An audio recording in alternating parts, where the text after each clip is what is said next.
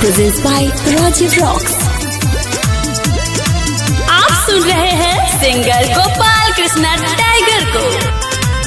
खुशी recording studio Patna. हम हैं बिहारी न डराएंगे, दुनिया में झंडा लहराएंगे। हम हैं बिहारी न डराएंगे, दुनिया में झंडा लहराएंगे। हम हैं बिहारी हिंदुस्तान की शान, गावे गुणगान जिसका सारा जहान।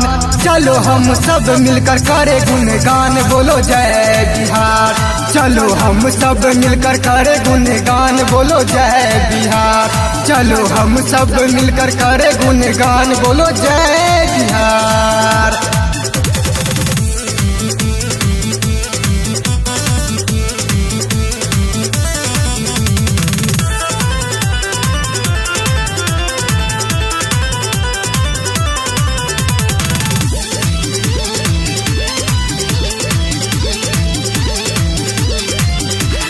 हक अपना लेके रहेंगे, अपने मन में ठाना है। लाखों सितम सह लेंगे हम, अब नहीं घबराना है, अब नहीं घबराना है। हक अपना लेके रहेंगे, अपने मन में ठाना है। लाखों सितम सह लेंगे हम, अब नहीं घबराना है। बिहार में जन्म लिए बुद्ध महावीर, वीर कुंवर सिंह जैसन सूरवीर। करते हैं हम इनको सतत प्रणाम, बोलो जय बिहार। करते हैं हम इनको सतत प्रणाम, बोलो जय बिहार। करते हैं हम इनको सतत प्रणाम, बोलो जय बिहार।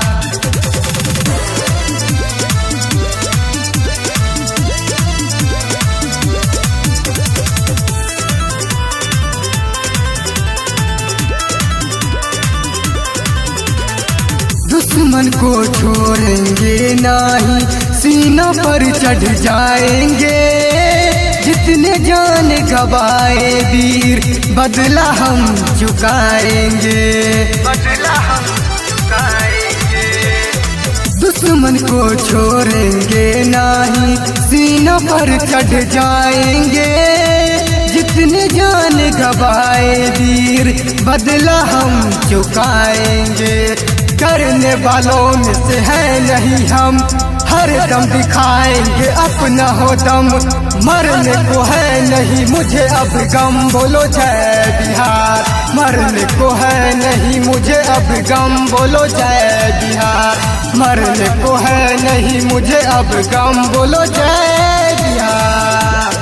हम हैं बिहारी न डराएंगे, दुनिया में झंडा लहराएंगे। हम हैं बिहारी न डराएंगे, दुनिया में झंडा लहराएंगे।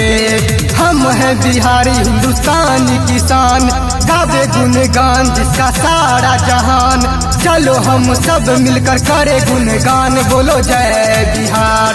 चलो हम सब मिलकर करे गुणगान, बोलो जय बिहार। चलो हम सब मिलकर करे गुणगान, बोलो जय Bihar. Presents by Rajiv Rocks।